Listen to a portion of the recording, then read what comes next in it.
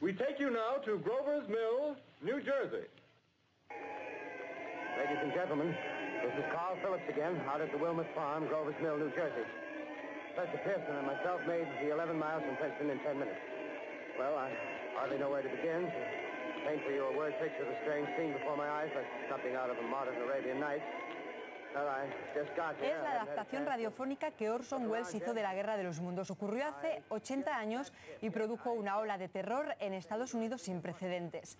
Hoy esa retransmisión tendría nombre propio, le llamaríamos una fake news. Las noticias falsas no son algo nuevo, pero sí lo es el escenario donde se mueven. Vivimos en la era de la información, o mejor dicho, de la sobreinformación. Proliferan las fuentes y las formas de difundir lo que ocurre en cualquier punto del planeta. Plataformas como Twitter o Facebook se han convertido en un trampolín fundamental para llegar lo antes posible a la mayor cantidad de ciudadanos posibles. Es en este ritmo trepidante donde se cuelan las fake news. Y esta mañana se cuelan también en este plato de Buenos Días. Para hablar sobre ellas, debatir y analizarlas, nos acompañan esta mañana Carmen Lumbierres, es politóloga. Buenos días, Muy Carmen. Buenos días. Y Viriato Monter, es periodista y especialista en redes sociales. Muy buenos días. Buenos días. Dicen las noticias, dicen los informes, los últimos informes, que en España que somos de los más crédulos ante estas noticias. El quinto puesto en el ranking mundial, el primero parece en Europa. ¿Qué hay detrás de esta aceptación de las noticias falsas? Perdona.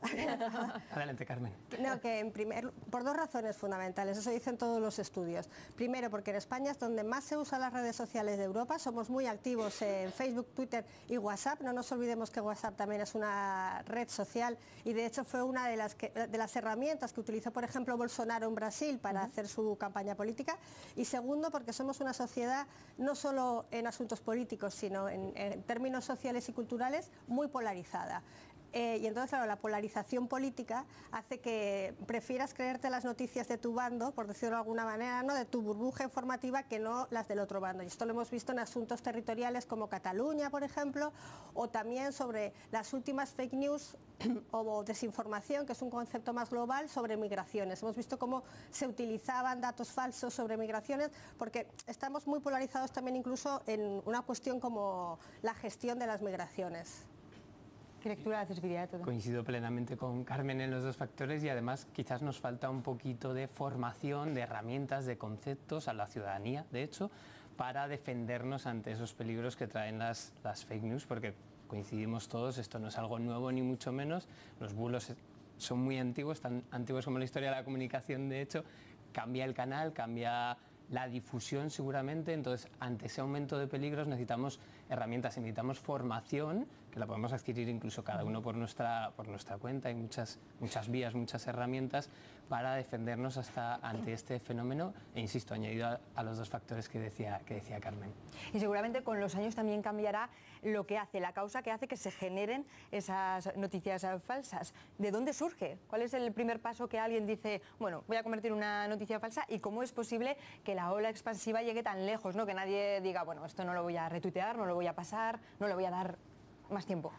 Hay dos factores ahí. Por una parte, lo que encontramos detrás de las fake news normalmente es un interés económico. En Internet un clic equivale a dinero, obviamente, entonces hay intereses económicos, titulares que no responden a la realidad para que el usuario haga clic y haya ahí unos beneficios económicos, y también, por supuesto, hay un interés o hay intereses ideológicos. Encontramos sobre todo esas dos ramas como principales exponentes detrás de las fake news. Principalmente esas dos, de hecho. Principalmente esas dos. Sí, ¿Querías apuntar algo? Es que, como bien decís los dos, es que las fake news o la desinformación podemos encontrarla desde, sobre todo así de manera expandida y con intención de manipulación, desde pasada la Segunda Guerra Mundial, cuando la KGB utilizó la desinformación, que no es más que la manipulación de la información, como decía Viriato, con un destino interesado, con una finalidad interesada. O sea, no solo desinformar por desinformar, sino porque dentro hay un interés para alcanzar los objetivos. habitualmente políticos, también decimos. Estados Unidos se subió al carro como contraespionaje en esto de la Guerra Fría, y a partir de ahí, claro, la expansión de las redes, como decíais, ha hecho que todo esto que se utilizaba ya en los medios tradicionales y en política se haya expandido a una velocidad supersónica. Supersónica, y adelantando, disculpa, a las informaciones verdaderas. Esto es muy llamativo. Esto lo estudiaron un grupo de investigadores del Instituto de Massachusetts, analizó informaciones y el resultado, Carolina, desde luego es contundente y no sé si alarmante. Contundente, desde luego, lo publicó la revista Science desde 2006, y hasta el año 2017 estuvieron analizando la red social Twitter. Concretamente analizaron, lo van a ver aquí, más de 126.000 informaciones que fueron retuiteadas 4,5 millones de veces por más de 3 millones de personas. Las conclusiones, además de toda esta red que estudiaron en cuanto a esa información, pues unas conclusiones muy claras. En primer lugar, que sobre todo llegan más lejos y más rápido al público que las noticias verdaderas. Y las siguientes conclusiones, pues que los ámbitos a los que más hacen referencia es, en primer lugar, y con bastante distancia, es el ámbito político, le siguen las leyendas urbanas, los negocios y el terrorismo y la guerra. Laura. Gracias, Carolina. Enlazamos ese ámbito que más noticias falsas genera, el político. Escuchábamos a la Unión Europea, ya se prepara para recibir una avalancha de noticias falsas de cara a las elecciones. Es ya una realidad. ¿Cómo afrontarla? Y sobre todo, ¿se saca también partido desde los partidos políticos? ¿Es solamente amenaza o es también una posibilidad? Fíjate el problema más grande que Facebook, que todos sabemos los problemas que ha tenido sobre desinformación, y las cuentas falsificadas, investigadas desde la Unión Soviética, y que en España se vio especialmente con el problema catalán, que Facebook ha creado un departamento en Barcelona con 500 personas trabajando que se van a ocupar de filtrar la información. Twitter no ha llegado todavía a esta serie de controles previos, también porque Facebook difunde con más facilidad bulos que Twitter, que se contrastan menos. ¿Cómo ha llegado a la política? Pues es que los políticos utilizan las fake news habitualmente ya, porque como hay en teoría las redes sociales estaban para que no hubiera intermediarios, para desintermediar la información entre periodistas, políticos y ciudadanos, y que los ciudadanos pudiéramos llegar a la información directamente. Esta era supuestamente la realidad de las redes. Esto se nos ha dado la vuelta y se ve claramente que necesitamos verificadores que controlen la información, que los periodistas y los medios tenéis un papel fundamental, porque los ciudadanos no podemos tener ni el tiempo ni la formación para controlar esta desinformación masiva. Y los políticos, algunos políticos más que otros, lo utilizan claramente para sus objetivos y se ve en todas las campañas. Carmen, ¿algún caso concreto que pudiéramos poner sobre la mesa?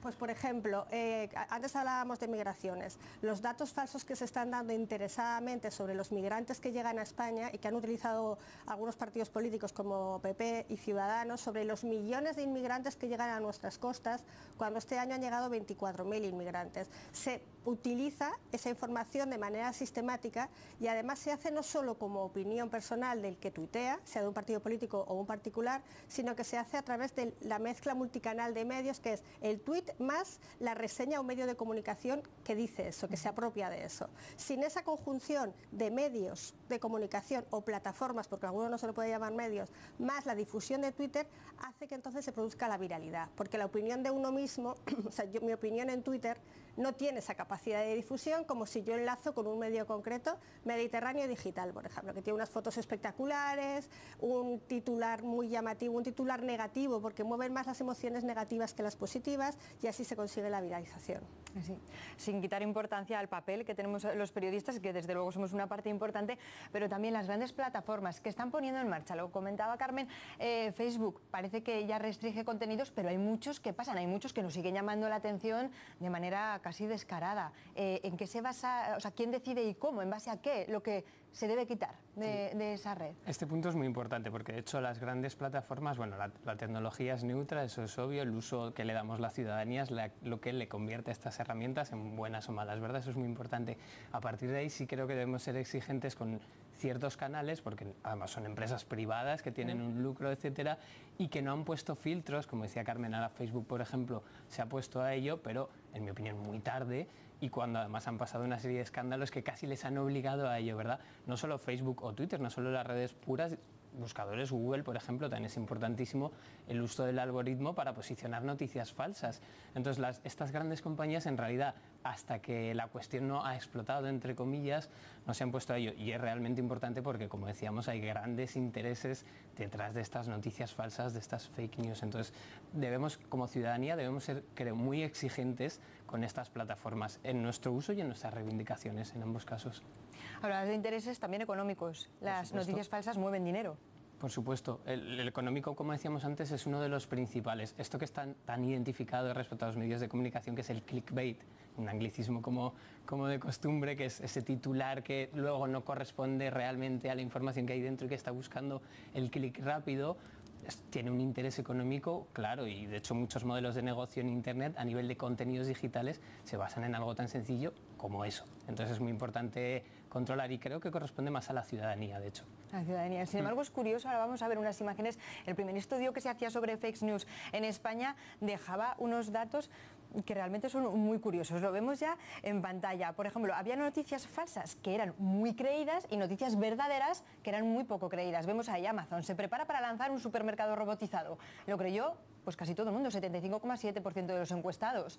Sin embargo, el que veíamos a continuación, por ejemplo, se ha descubierto una isla de plástico en el Océano Pacífico. Nadie lo creyó, era cierta. Porque no la queríamos creer. No lo queríamos creer, sí, bueno. No, porque no queremos... Es una lectura. Es que no queremos creer que estamos inundados de plástico y que hay un problema realmente con el cambio climático. Entonces, hay una frase cuando se habla de fake news que se dice que la realidad no te estropea un buen prejuicio. Entonces, cuando tú tienes una visión, ya no solo sea política, sino sobre casos como estos más sociales, de medio ambiente y tal, no quieres que esa noticia sea verdadera, porque tú quieres seguir consumiendo plástico, siguiendo a comprar y no cambiando tus hábitos de consumo. En cambio, la otra noticia que decías, la primera, sí, que Amazon era iba a crear la un de supermercado Amazon, robotizado. Te lo crees porque tú estás convencido de que Amazon, bueno, que lo es una superpotencia en el comercio mundial y que es capaz de hacer cualquier cosa, es capaz de traernos una caja de clavos en 10 minutos, como no va a ser capaz de hacer eso, ¿no? Esto tiene mucho que ver con el concepto de sesgo de confirmación. Nosotros nos creemos lo que nos queremos creer, lo que pertenece a nuestra identidad, a nuestro colectivo. Si te hablan mal de Trump y tú eres anti-Trump, te lo vas a creer. Sí. Sea lo que sea, cualquier barbaridad que diga Trump, aunque sea una fake, si tú eres antitrumpista te lo vas a creer. Y por el contrario también, ¿no? El sentimiento de pertenencia a grupo y de identidad tiene mucho que ver con la creencia en las fake. La necesidad, ¿no? de pertenecer a una comunidad y sentirte reforzado. Exactamente, por esa idea. Sí. Otro aspecto que se abre, disculpa, Viria, tu momento, es el aspecto legal, ¿no? que dejan las fake news. Hemos querido conocerlo. Este asunto genera polémica y también repercusiones legales, pero lo cierto es que no hay una legislación en marcha. Conectamos ahora en directo con una abogada especializada en este tipo de casos. Silvia Plaza, buenos días. En España, como decimos, no existe una legislación clara sobre las fake news. ¿Se debe quizá a que el límite entre censura y libertad de expresión es demasiado fino? ¿O qué lectura hacen ustedes? Exacto, es precisamente por eso. De hecho, en este año, 2018, a principios de año, la Unión Europea estuvo estudiando con una comisión de expertos la posibilidad de regular la materia y se decidió que no, precisamente por esa dificultad, ¿no?, de incurrir en censura y realmente limitar los derechos de libertad de expresión y de información.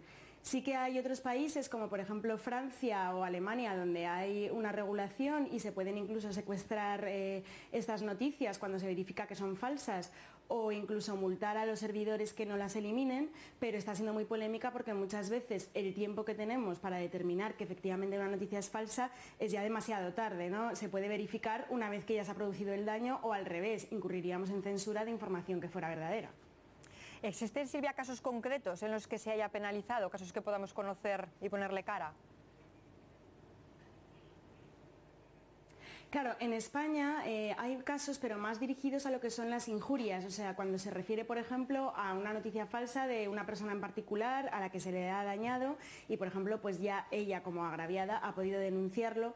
O también en casos de empresas que hayan manipulado a través de noticias falsas información, pues incurriendo ya en publicidad ilícita, manipulación al consumidor pues a través de competencia desleal, pero son casos donde realmente hay unas personas agraviadas identificadas, no lo que estábamos comentando en el ámbito político, donde es la sociedad en general la perjudicada con esas noticias falsas y que está sufriendo esa manipulación, es donde realmente es difícil porque no existe esa regulación como tal y porque es muy difícil ver qué personas realmente han sufrido el daño, al ser la sociedad en general, ¿no? ¿Qué ocurriría, pongamos por caso, si una noticia falsa desemboca, por ejemplo, en la puesta en marcha de servicios de emergencia? Claro, el tema de los servicios de emergencia sí que se puede hacer, en caso de un uso indebido de los mismos, pueden preverse determinadas multas. Pero claro, aquí es muy difícil y habría que estar al caso porque tendríamos que ver en qué medida yo al difundir, por ejemplo, esa noticia o al darle un retweet o al compartirlo en mis redes sociales he contribuido a que se activen esos mecanismos de emergencia, ¿no? Tendríamos que identificar muy bien la persona que ha emitido esa noticia falsa y realmente cómo afecta o qué relación de causalidad tiene con los daños que se hayan producido por el uso indebido de en este caso, de los servicios de emergencia. Pero bueno, pienso que dependerá mucho de cada caso y de en qué manera se ha contribuido a ese uso indebido, ¿no? Muy bien, muchas gracias Silvia Plaza por atendernos. Buenos días. Un vacío legal importante, ¿qué se debe hacer? ¿Cuál sería el primer paso para ponerle freno o hacerle frente a esta realidad de las noticias falsas? Hay muchos ejemplos, de hecho, en el panorama internacional acerca de qué se está haciendo. En mi caso creo que antes hablaba de ser exigentes, ¿verdad? Creo que otro concepto fundamental es ser responsables. O sea, más que por la legislación, que claro que tiene que ayudar, pero creo que, como decía, hay una gran parte en nosotros como consumidores y distribuidores de información, que eso es importante. Podemos ser tres cosas: generadores de información, hoy en día casi cualquiera además, consumidores y distribuidores. En esos tres estadios hay una gran responsabilidad. Decía Ramonet, si no me equivoco, que informarse cuesta. Entonces esto es una máxima que deberíamos de traer hoy más que nunca encima de la mesa. Hay varios factores, que además Carmen antes hablaba del sesgo, hay varios factores sociológicos que son importantes. El otro día el periodista, por ejemplo en Twitter, el periodista Javier Salas hablaba del factor o del fenómeno backfire, que es desechar todos aquellos argumentos que no están de acuerdo con tu propia opinión previamente formada, ¿verdad? Esto en redes es, bueno, muy típico. Entonces, hay una parte súper importante que apunta directamente a nuestra responsabilidad. Había otro estudio muy interesante del Observatorio de Estudios de Noruega del año pasado que decía que un porcentaje en torno a la mitad de noruegos reconocía haber compartido noticias falsas, pero es que luego por encima del 40 y tantos % reconocía haberlo hecho a sabiendas de que eran falsas. Que eso ya eso nos pone en otro estadio además. Entonces, claro, creo que hay mucho más en nuestro campo. O sea, la buena noticia claramente es que la pelota está en nuestro tejado y a partir de ahí lo podemos trabajar. Pero realmente eso también conlleva una serie de obligaciones y que creo que como ciudadanos tenemos que adoptar. En nuestro tejado, como consumidores de información, y apuntabas Viriato también, como creadores de esa información, como periodistas, hagamos una mirada crítica. Muchas veces nos vemos obligados a barajar alternativas porque no tenemos la respuesta, no existe y hay que dar una respuesta cuando tenemos que conectar, pongamos por caso en directo. Claro, ¿cómo hacerlo, no? Habría que especificarlo mejor, o porque muchas veces quizás seamos nosotros no los creadores, pero sí quien pone en bandeja informaciones que luego pueden convertirse en fake news. Sí, tenemos una responsabilidad tremenda, ¿verdad? En este caso los periodistas, hay periodistas nacionales haciendo un grandísimo trabajo al respecto con verificación digital que mencionaba antes Carmen. Miriam Redondo, por ejemplo, que ha escrito un libro que se llama Verificación Digital para Periodistas, es quizás la referencia nacional. Mariluz Congosto en Twitter, Marc Amorós, que ha escrito... O sea, tenemos grandes compañeros periodistas que están escribiendo manuales muy interesantes. También es cierto que el debate es tan antiguo como la profesión, sí, que esto agranda ese debate, ¿verdad? Porque nos pasa como a los periodistas nos pasa lo mismo que en otros ámbitos, que los riesgos se han aumentado, pero en realidad parte de estos riesgos existían desde siempre. Entonces quizás tengamos que poner, eso sí, más celo todavía a nuestro desempeño profesional. ¿Y qué recomendaciones podríamos dar a los ciudadanos para que les sirva de señal de alerta cuando ven una información falsa? ¿Ya hay páginas especializadas en ello? Desde esta mesa, ¿qué les podemos decir? ¿En qué nos debemos fijar? Bueno, es que yo creo que hay ciudadanos, como bien decíais, que les interesa, o sea, que no tienen ningún problema por compartir fake news y que les interesa porque entra dentro de esta red de desinformación Y además es que si lo hace tu familia, si estás en el círculo en el que te llega una fake, porque esta es una de los grandes cambios en el periodismo o en la comunicación, no vamos nosotros a buscar la información, sino que la información nos llega a nosotros, además nos llega deformada a través de las plataformas y seleccionada, ¿no? La gente no tiene tiempo para leer periódicos, escuchar radio, ver televisión, etcétera, y se informa fundamentalmente por redes, por lo que los medios dicen en redes. Entonces, esta llegada de la información a tu casa, como si fuera de un paquete de mercancías, hace que la trituremos y que como interesa más probablemente difundir un mensaje que tú sabes que es falso, como decíais antes, pues lo difundes. Lo que evidentemente hay que hacer es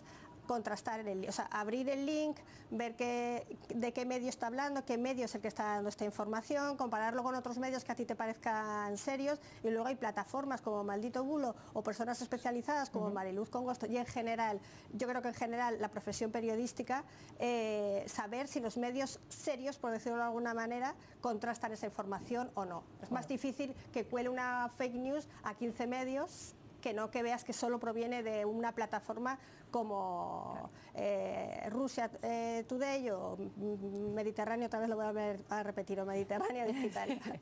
Bueno, con esos consejos nos quedamos. Desde luego el debate daría para mucho más, no tenemos más tiempo. Carmen Lumbierres, Viriato Monterde, muchas gracias por darnos un poco de luz en las informaciones falsas. A partir de ahora a ver si somos un poco más críticos todos.